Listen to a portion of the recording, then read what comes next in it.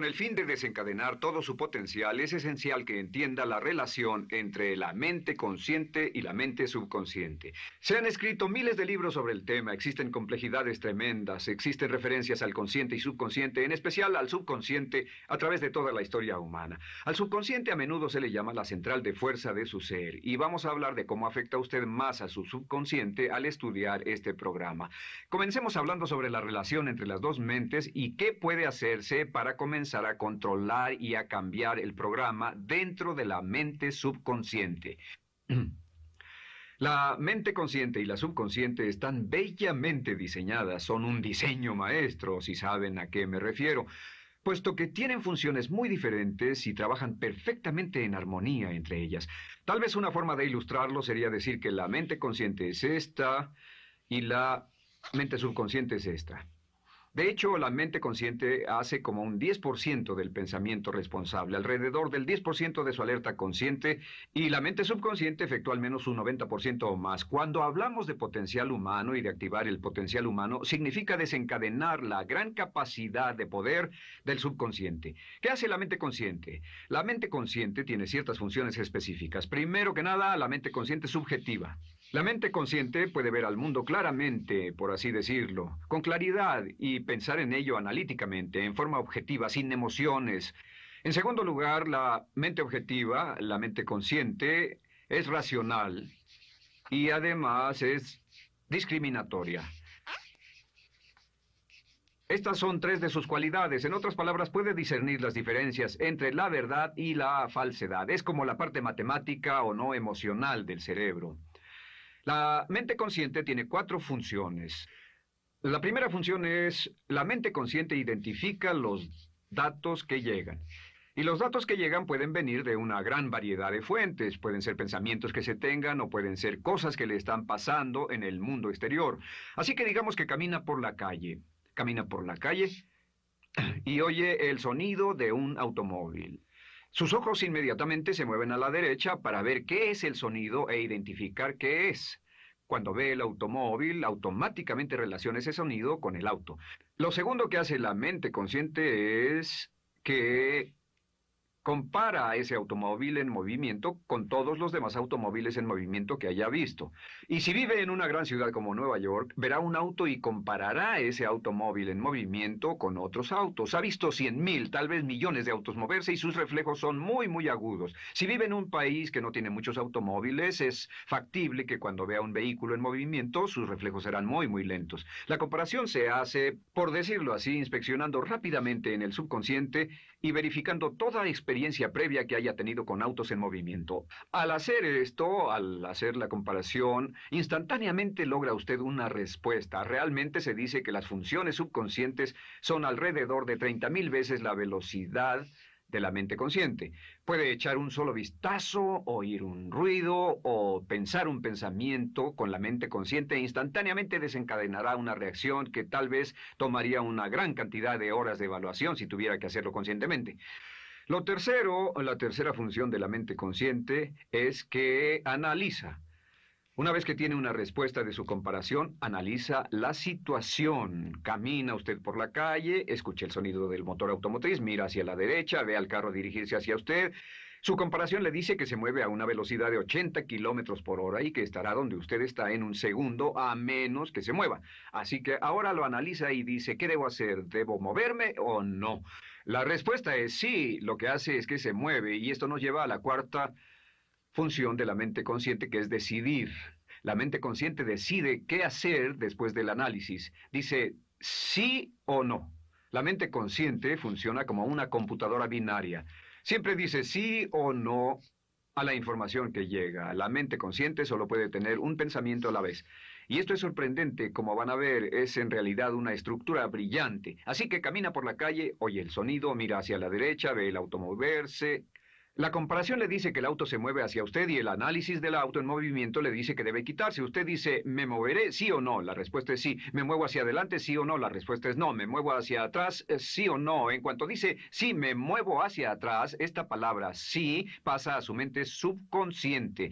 La mente subconsciente al instante desencadena todos los nervios, a todas las sinapsis, a todos los tejidos para que pueda moverse hacia atrás y quitarse de ahí. No debe quedarse sentado y pensar, ¿debo mover primero el pie derecho o primero el izquierdo? Todo lo que hace es enviar la señal a la mente consciente, apoyado por una carga, por así decirlo, o por una detonación de emociones. Entre más fuerte sea la emoción, más rápidamente responderá el subconsciente a su mandato. El subconsciente se activa con las emociones. La emoción del temor, la emoción del deseo, el instinto de supervivencia, el instinto de amor. Siempre es una emoción lo que desencadena al subconsciente. De acuerdo, ¿cuáles son algunas de las características de la mente subconsciente? La mente subconsciente es como un banco masivo de datos. El papel del subconsciente es almacenar y recibir datos. En otras palabras, la mente subconsciente es la mente subjetiva, puesto que simplemente es la mente que obedece. Mientras la mente consciente manda, la mente subconsciente obedece. La mente subconsciente no tiene pensamientos propios. Además, la mente consciente no tiene memoria. La mente subconsciente es el asiento de toda memoria. La mente consciente solo puede tener un pensamiento a la vez y la subconsciente retener miles de millones de hechos. La relación entre el consciente y el subconsciente es que el consciente es como un jardinero y el subconsciente es como el jardín. Las semillas que plante en su mente subconsciente, la mente consciente va a trabajar para cultivarlas. En la mente subconsciente tiene toda una serie de programas diferentes. El concepto propio, que contiene toda la información, todos los temas que le son importantes y todas las experiencias y respuestas previas a esas situaciones, para que si tiene una nueva situación similar, uno de los papeles del subconsciente es mantener su comportamiento consistente con su comportamiento previo. Así que si siempre ha tenido miedo de una situación y ve esa situación, instantáneamente temerá sin pensarlo. En una situación en la que no sabe nada sobre la tendencia natural, usted no temerá ni dejará de temer porque no sabe suficiente hasta que haya formado un banco de experiencias. Esto nos lleva a las 3 leyes críticas. 3 de las más importantes leyes mentales de las que hemos hablado. Recuerden que hablamos de cómo toda su vida está determinada por leyes mentales. La primera de estas 3 leyes mentales es la ley de la actividad subconsciente. La ley de la actividad subconsciente dice que lo que llegue a plantar en su mente subconsciente inmediatamente se pone a trabajar para ponerlo dentro de la realidad. Y su mente subconsciente hace que todas sus palabras y acciones, encajen en un patrón consistente con su concepto propio. En otras palabras, hace que todas sus palabras y acciones mantengan un patrón consistente con su concepto propio o consistente con la información previa que ha alimentado. Así mantiene sus palabras y acciones consistentes con sus metas y, por así decirlo, se convierten en parte de su concepto propio. Significa que su lenguaje corporal, sus actitudes, su nivel de energía, su nivel de autoconfianza, la forma en que se desenvuelve con otras personas, sus habilidades sociales, todo consistente con su concepto propio. El subconsciente, simplemente sin pensar en ello, hace que todo esté consistente con eso, y cuando se siente bien, su concepto propio es positivo, tiene un resorte en sus pasos, su lenguaje corporal tiene confianza, valor, es extrovertido, etc. Y cuando se siente negativo, su concepto propio es negativo y actúa negativamente. Esto nos lleva a la segunda ley. Esta ley es la de la concentración. De hecho, es la 9ª ley de la que hemos hablado desde que comenzamos. La ley de la concentración es muy importante. Es tan importante. De hecho, cada una de estas leyes es tan importante en su lugar como para ellas mismas poder controlar su destino. La ley de concentración simplemente dice esto. Dice que lo que coseche, crecerá. Lo que coseche, crecerá. Lo que piense usted una y otra vez, crece en realidad. Es muy simple. Antes enseñaba un curso sobre pensamiento creativo y la forma en que se explica es, imagine que esta es la capacidad total que se tiene Y cuando envía un pensamiento hacia acá, ocupa un cierto espacio. Y todo el resto de capacidad mental este es su pensamiento, se usa para pensar en todas las demás cosas que hay en la mente. Pero entre más piense desde el consciente hacia el subconsciente, más su capacidad mental estará comprometida a pensar sobre esta idea. Hasta que llegue a un punto en el que esta idea llegue a ser tan consistente que ya no piense en otra cosa. Y al no pensar en nada más, comenzará a establecer este campo vibratorio. La mente subconsciente es el centro de la ley de atracción y la ley de vibración y la ley de radiación. Comienza a establecer este campo de vibración que envía energía-pensamiento consistente con lo que está pensando y lleva a su vida a personas y circunstancias en armonía con dichos pensamientos. Solo debe mirar a su alrededor y debe decir, ¿en qué estoy pensando todo el tiempo? ¿En qué estoy recapacitando todo el tiempo? Y la regla básica con respecto a la ley de concentración es concentrarse en algo, pensar lo que quiere que pase y no sobre lo que teme. Y esto nos lleva a la tercera ley de esta serie, y esa es la ley de sustitución. Ahora, la ley de sustitución, como me han dicho muchos de mis graduados, ha sido la ley más importante que han aprendido. Es una ley muy simple. Se basa en un hecho que la mente consciente solo puede tener un pensamiento a la vez, ya sea positivo o negativo. Si quiere deshacerse de un pensamiento negativo, la mente no es como una aspiradora, no se queda vacía. Si quiere deshacerse de un pensamiento negativo, debe derribarlo con un pensamiento positivo. Puede reemplazar un pensamiento con otro. Reemplazar un pensamiento con otro. Y si hace eso en forma consistente, si reemplaza cualquier pensamiento negativo, cualquier pensamiento de temor, de ansiedad, cualquier pensamiento autolimitante y expectativas negativas, cualquier cosa que lo retenga, temor al fracaso, carencias, pobreza, rechazo, pérdida de cualquier cosa, si lo reemplaza con un pensamiento de deseo, esta es la clave, temor contra deseo.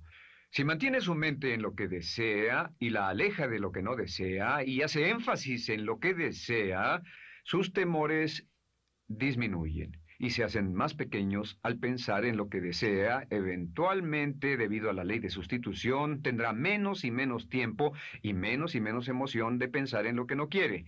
¿Por qué las personas tienen éxito? Simplemente por esto. En la Biblia se dice, a aquel que tiene se le dará más y a aquel que no tiene, aquello que no tiene se le quitará. Lo que significa simplemente es esto. Los ricos se hacen más ricos y los pobres más pobres, y es porque los ricos piensan en riqueza y en bienestar todo el tiempo. ¿Y en qué piensan los pobres? Los pobres piensan en carencias, pérdidas y limitaciones, peligro, temor, fracaso, todo el tiempo. Así que si quiere desencadenar su potencial, si quiere ir directo a las estrellas, debe usar la ley de sustitución y mantener la mente en lo que desea. Use la ley de concentración para luchar continuamente por los resultados que desea. Esté centrado en soluciones y no centrado en problemas, centrado en las metas y no centrado en las leyes. Y la ley de la actividad subconsciente ajustará sus palabras, sus acciones, sus sentimientos, sus emociones y todo hasta el punto donde entrarán en su vida las personas y circunstancias que armonizarán con ello. Ahora, ¿cuál es la cosa más poderosa que puede hacer? Simplemente es esto. El éxito comienza cuando se toma un control a propósito y sistemático del contenido de su mente consciente.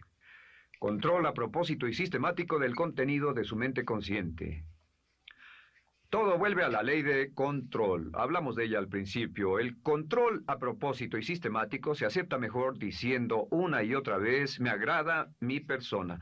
Me agrada mi persona, me agrada mi persona, me agrada mi persona. Y cuando repite me agrada mi persona, o mejor aún, me amo a mí mismo una y otra vez, lleva esto a su mente subconsciente más y piensa de sí mismo en términos positivos. Cada vez más desecha pensamientos de inferioridad, negatividad, temor, fracaso, rechazo, etcétera, y más programa los datos previos en su computadora subconsciente que es consistente con una alta autoestima, eficacia personal y un desempeño personal excelente. La clave hacia su éxito en la vida es usar el poder de su mente subconsciente, programarlo con sus pensamientos, palabras, imágenes, ideas y sentimientos consistentes con un alto desempeño y mantener su mente en lo que desea y lejos de lo que teme. No olvide, lo único en el mundo que puede controlar es Su pensamiento. Lo único en el mundo que puede controlar son sus pensamientos conscientes. Si hace eso, todo lo demás será posible para usted. La vida será en gran medida lo que nosotros hagamos de ella. Samuel Smiles. En la primera serie de módulos dijimos que el punto inicial de todo desempeño pico es la autoestima, es cuánto se agrade a sí mismo, cuánto se ame a sí mismo, cuánto se acepte a sí mismo como un ser valioso y útil. La segunda parte del desempeño pico, y yo pienso que son los dos requisitos clave, la segunda parte es la responsabilidad. Autoestima más responsabilidad propia, cada una reforzándose entre sí.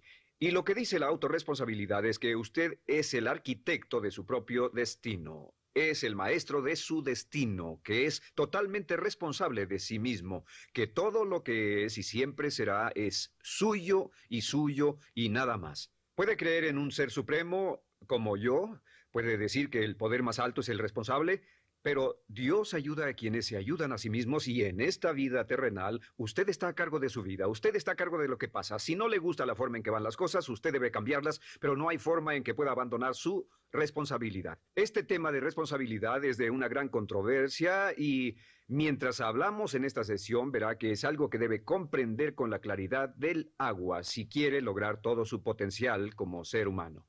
Ahora, muy importante, una de las cosas que sabemos es que comenzamos como infantes cuando nacemos. Escribiré una I para infante. Comenzamos como infantes y al crecer nos convertimos en adultos a los 18 años. Nacemos con una responsabilidad de 0 y al crecer hacia la adolescencia gradualmente tenemos más y más responsabilidad hasta el momento de que nos convertimos en adultos a los 18 años. Si nuestros padres nos han criado adecuadamente, si nos han preparado, si nos han alentado a confiar en nosotros mismos, si nos han alentado a tomar nuestras propias decisiones y pensar por nosotros mismos y planear nuestras vidas. A los 18 años, legal, psicológica, moral, mental, físicamente hablando y todo lo demás, estamos listos para tomar una vida propia. Pero si nuestros padres no nos han preparado como adultos para una total responsabilidad, no importa la edad de 18 años y de ahí en adelante, somos un 100% responsables por el resto de nuestra vida. Nunca podemos evitar las responsabilidades. Por el resto de nuestra vida, todo lo que nos pasa es nuestra responsabilidad total y sin perdón. El lema de la persona realmente responsable es, si debe ser, será por mí. O sea, como decía Henry Ford, nunca te quejes y nunca explicarás. Nunca te quejes, nunca explicarás.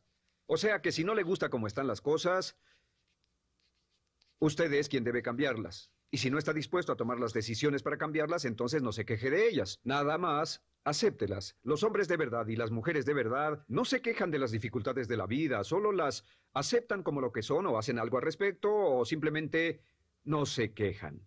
Así debe ser, es mi responsabilidad, es su responsabilidad.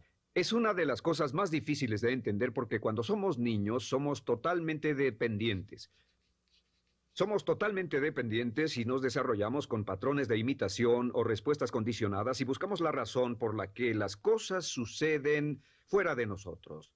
Al convertirnos en adultos y no tenemos cuidado, aún mantendremos esta dependencia y desearemos lo que se llama pseudoseguridad de la niñez. Esa época de la niñez cuando alguien se ocupó de nosotros, esa época de la niñez en que nos alimentaban, nos vestían, se ocupaban de nuestra casa, de nuestra escuela y todo lo demás. No teníamos que preocuparnos por nada porque ellos se ocupaban. Al crecer vamos a la escuela y las personas de la escuela se ocupan de las cosas y si no tenemos cuidado llegamos al mundo laboral y también serán ellos. Siempre es alguien más fuera de nosotros mismos quien es el responsable de nosotros. Algo de lo que hablaré después es la idea del autodesarrollo. La mayoría de las personas, como se han educado en el sistema de escuelas públicas, ya adultos piensan que es responsabilidad de la escuela continuar con su educación y si nadie les ayuda a continuar con ella, simplemente no lo hacen.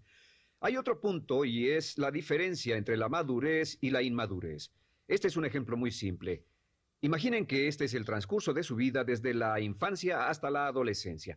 Todo el mundo llega a esta etapa tarde o temprano y cuando llegan a este acantilado, a este gran cañón, este es el lado de la inmadurez, es el lado de la niñez. Es el lado en el que dependemos de otros y buscamos en los demás nuestras respuestas y nuestras soluciones. Buscamos fuera de nosotros mismos. En este punto llegamos a la orilla del cañón.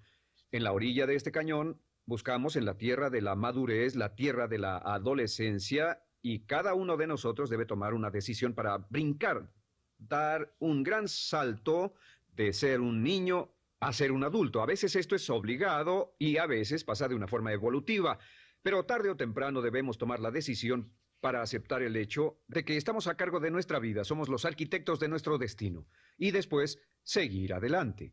¿Qué hacen muchas personas? Desafortunadamente lo que hace la mayoría es que se estancan en este punto. Se funden en un matrimonio donde alguien más se encarga de ellos, aceptan trabajos donde esperan que sus jefes se ocupen de ellos, etcétera, o simplemente evitan la responsabilidad buscando la causa de todo lo que pasa en su vida en otras personas y en otras circunstancias. Es su estructura, su salud, la forma en que los trataron sus padres, etcétera. Ellos no son responsables.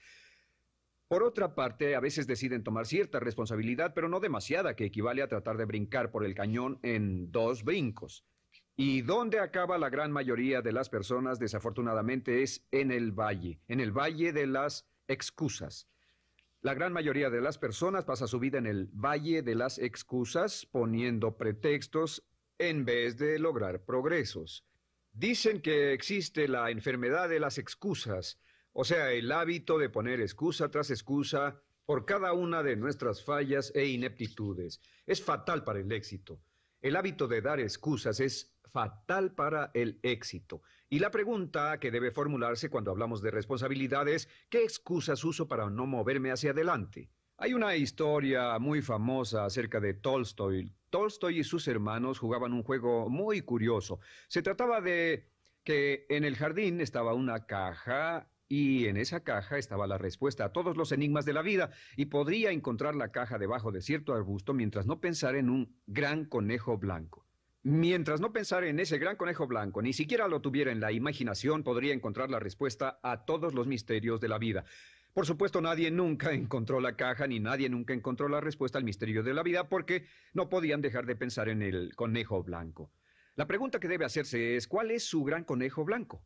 ¿En qué es en lo que piensa? ¿Cuál es la excusa que llega a su mente cuando piensa en algo que podría hacer o conseguir? Un trabajo nuevo, un nuevo desafío, una oportunidad, cambiar algo en la vida con lo que no está feliz. ¿Cuál es su conejo blanco? ¿Cuál es la excusa que surge en su mente? Dirá, pues no puedo hacer eso porque, o sí lo sé, pero, quisiera, pero. Siempre hay una razón. Soy muy joven, soy muy viejo, soy muy alto, soy muy bajo, no tengo suficiente educación, tengo demasiada educación, no es el tiempo adecuado, es el lugar inadecuado, etcétera. ¿Cuál es su conejo blanco? ¿Qué es lo que está en el fondo de su mente que ocasiona que ponga pretextos? ¿Qué hace que se quede atrás y no tome responsabilidades? ¿Qué lo mantiene en la tierra de la infancia, la inmadurez y la irresponsabilidad? Es una pregunta muy, muy importante que debe hacer. Ahora, al hablar de responsabilidades, hablamos de algo más. Es tan simple como esto, es que la aceptación de la responsabilidad no es opcional. Muchos de nosotros quisiéramos pensar, bueno, tomaré un poco de responsabilidad aquí o también otro poco allá. No, la aceptación de la responsabilidad no es opcional. Cuando cumple 18 años de edad, se vuelve 100% responsable. No tiene opción en la cuestión. Realmente hay algunas cosas en la vida sobre las que se tiene opción, pero en esto no tiene ninguna. Es obligatorio. Es obligatorio si quiere cumplir su potencial. Si quiere convertirse en todo en lo que puede convertirse, debe aceptar la responsabilidad total de las circunstancias, de los cambios, de tomar las decisiones difíciles que sean necesarias. Si tomamos la palabra responsabilidad, sabemos que podemos dividirla en 2 palabras, respons y habilidad. Y una de las cosas que he aprendido al estudiar historia es que toda la vida es una serie de retos, dificultades, problemas, obstáculos, desafíos que enfrentar. Y la diferencia entre los ganadores y los perdedores no es la diferencia en los problemas, porque todo el mundo tiene problemas. Y la mayoría, muchas personas, tienen más y mayores problemas de los que usted y yo hayamos soñado. La diferencia en la vida, la diferencia entre los ganadores y los perdedores es la respuesta a los problemas. Hace muchos años, un hombre llamado Oswald Spengler escribió un libro en el que hablaba de lo que llamamos la teoría del desafío-respuesta. La teoría del desafío-respuesta simplemente es que las civilizaciones crecen y se deterioran al grado en que enfrentan los desafíos en forma efectiva y responden igual. Una sociedad pequeña comienza pequeña y casi invariablemente se verá desafiada por un enemigo externo o la naturaleza o el clima o algo así.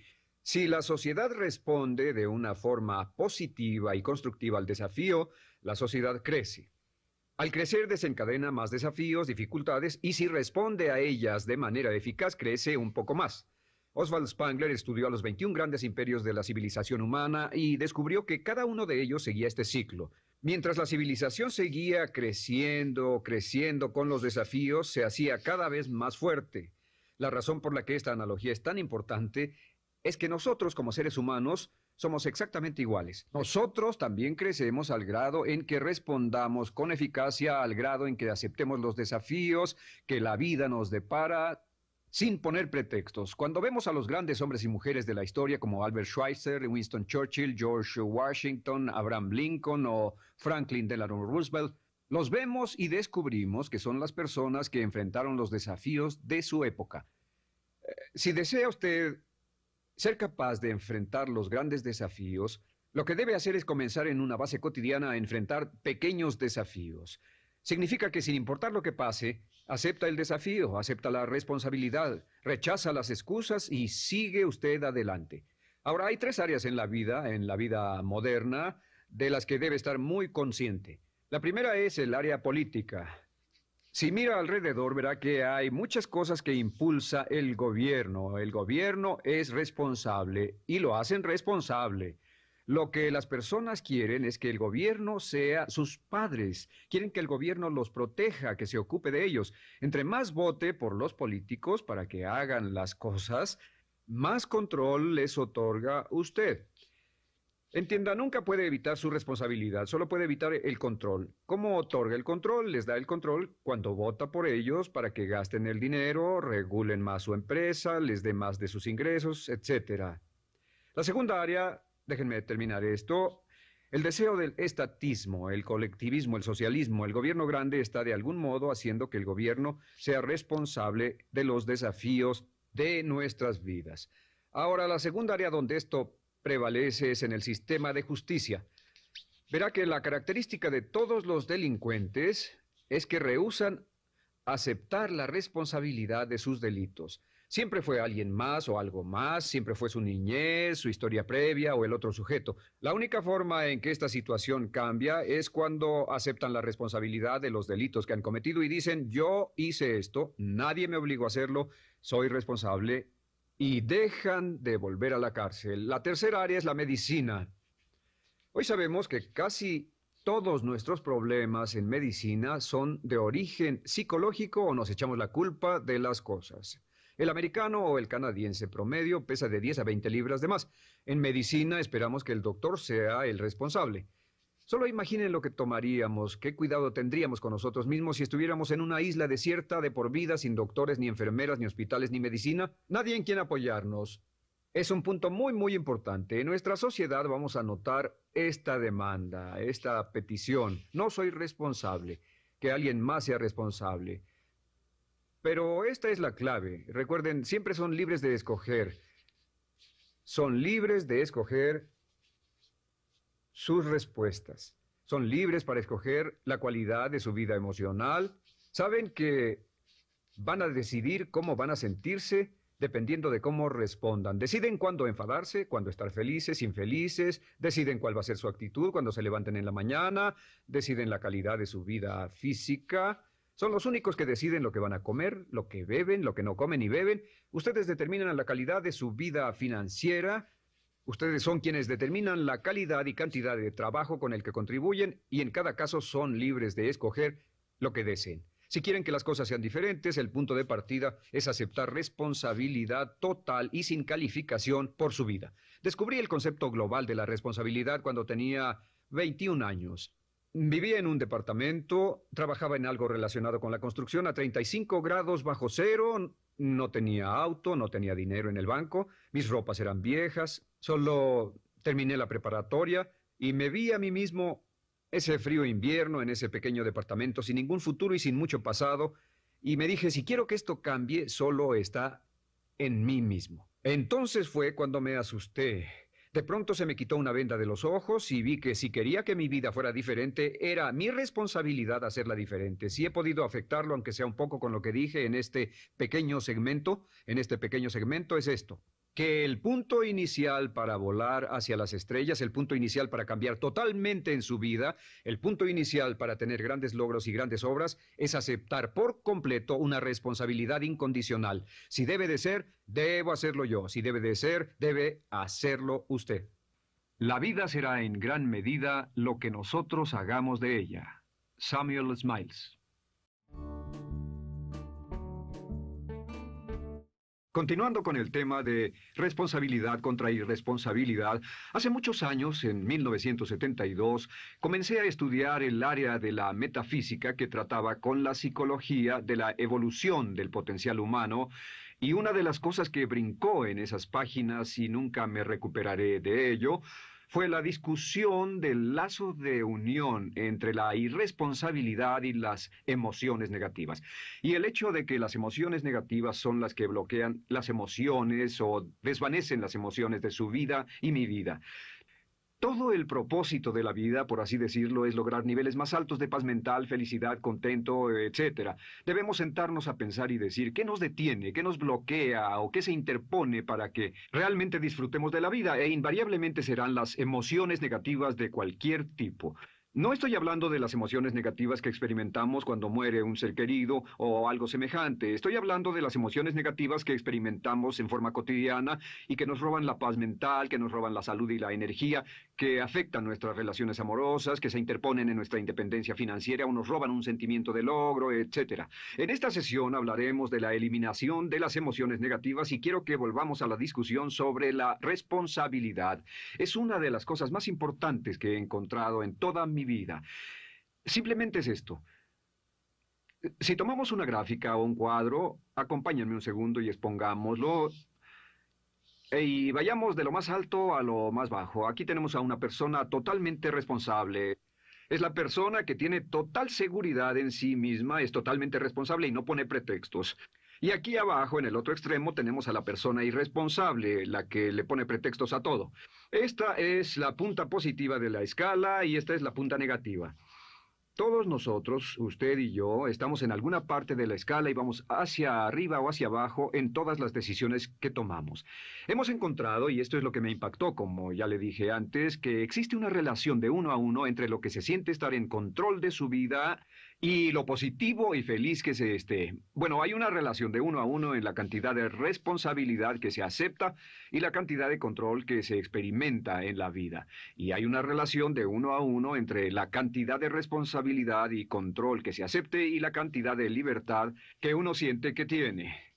La libertad es el requisito indispensable para la felicidad. El éxito real, la verdadera felicidad en la vida, significa ser libre para vivir la vida a su manera, como usted lo decida, sin que nadie tenga que decirle qué hacer. Vivir su vida como un ave, libre como un ave para hacer lo que quiera. Existe una relación directa entre responsabilidad, control y libertad. Existe una relación directa entre estas tres emociones positivas.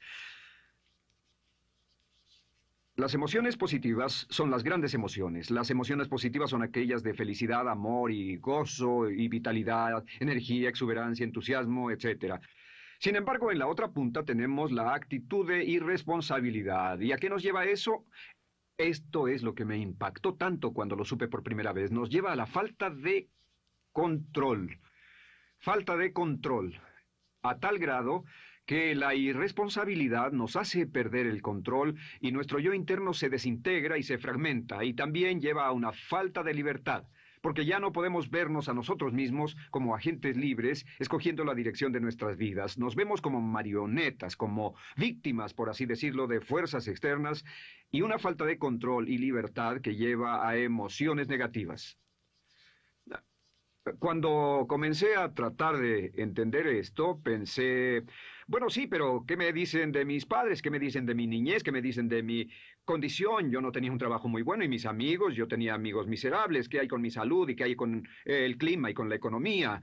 Cuando comencé a darme cuenta de esto, supe que todo eso puede hacerse a un lado. Y su meta más clara, su logro más alto, son las emociones positivas de felicidad, gozo, libertad y entusiasmo. Después, debe dejar de poner pretextos. Ahora, Carl Menninger, el gran psicoanalista, dijo algo muy interesante hace años. Dijo, todos los males físicos son diferentes, causados por diferentes bacterias, diferentes virus, etc. Y dijo, pero la enfermedad mental es la misma enfermedad, simplemente se difunde en un espectro de lo menor a lo mayor. Y Thomas Sayce, el psiquiatra, en su libro El mito de la enfermedad mental, dijo, no existe tal cosa como la enfermedad mental, solamente son grados diversos de irresponsabilidad. Así que cuando decimos que una persona irresponsable no solo es negativa, queremos decir que también está enferma mentalmente. Una persona totalmente responsable está mentalmente sana. ¿Cómo nos afecta eso? Bueno, yo sé que quiere avanzar lo más que pueda o no se esforzaría en tomar un curso como este. Existe una relación directa entre la cantidad de responsabilidad que se acepta para los resultados de su organización y la cantidad de poder, influencia, posición y estatus que se tendrá en el trabajo ahora y en el futuro. Hasta arriba de la gráfica de responsabilidad se tendrán personas que acepten una responsabilidad total y el poder y la oportunidad vayan hacia ellos. En la otra punta no tenemos poder ni falta de él hasta que se llegue al ejemplo extremo de una persona que es totalmente irresponsable, completamente fuera de control, a la que se le tiene que poner una camisa de fuerza y encerrar en un cuarto acolchonado por su seguridad y la seguridad de los demás, totalmente sin fuerza, sin control ni libertad, y cada vez que tomamos la decisión de ser responsables de nosotros mismos, subimos en esta gráfica. Cada vez que tomamos la decisión de poner pretextos, bajamos en la gráfica. Llevémoslo un poco más lejos y hablemos sobre la relación entre las emociones negativas y la irresponsabilidad para que lo tenga bien claro. Un ejemplo perfecto es este. Imaginen que este es un árbol. Bien, este es el árbol, estas son las ramas. Se llama el árbol de las emociones negativas. ¿Está claro? En el árbol de las emociones negativas crecen las emociones predominantemente negativas, el temor, la duda. Muchas personas consideran que la duda de sí mismo es la emoción negativa más destructiva de todas, la que nos frena más de lo que imaginamos. Y también el odio es una emoción negativa. Aquí está la envidia, el resentimiento, y también, por supuesto, la hermana del resentimiento, la culpa. Todas estas son grandes emociones negativas. Han ido a la cabeza por años. Hay como 54 emociones negativas. Pero estas son las principales. Si toma estas emociones negativas y las junta todas y puede incluir su favorita. Por cierto, todo el mundo tiene su propia emoción negativa favorita. Los celos podrían ser la suya. La autocompasión es muy fuerte dentro de la lista. Si las hierve, descubrirá que finalmente todas las emociones negativas llevan a la rabia.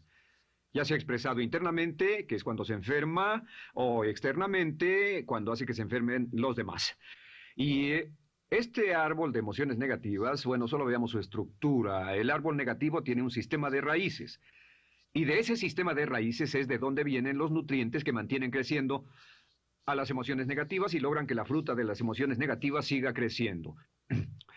Si vemos el sistema de raíces, decimos, ¿cuáles son los nutrientes? ¿Qué mantiene vivas a las emociones negativas? ¿Cuál es el fertilizante? ¿Qué debe echarse al fuego o conservarse? Y encontramos que existen dos cosas esenciales que mantienen vivas esas emociones. La primera es la justificación.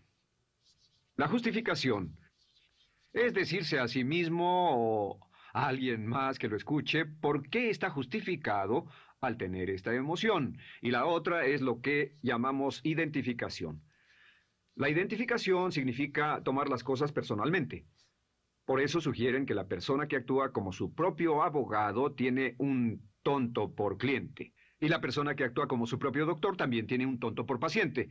Nos identificamos en forma tan personal con nuestra propia situación, y usted también lo tomamos en forma tan personal, que nos involucramos y nos implicamos emocionalmente. Así que hemos visto que no es posible que usted sea negativo sobre algo por mucho tiempo, a menos que pueda justificar y tener una razón para ello y explicárselo a otras personas, o a no ser que pueda identificarse y tomarlo en forma personal. Por ejemplo, si alguien llega del estacionamiento y dice que acaba de chocar contra otro coche ahí, usted no se preocupa, porque no se identifica con él.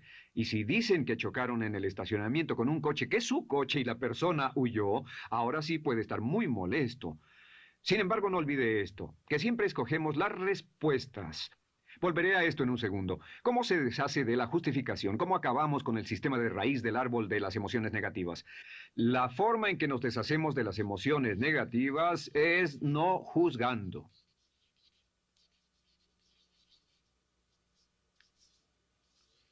Solo evite el juzgar, huya del juzgar.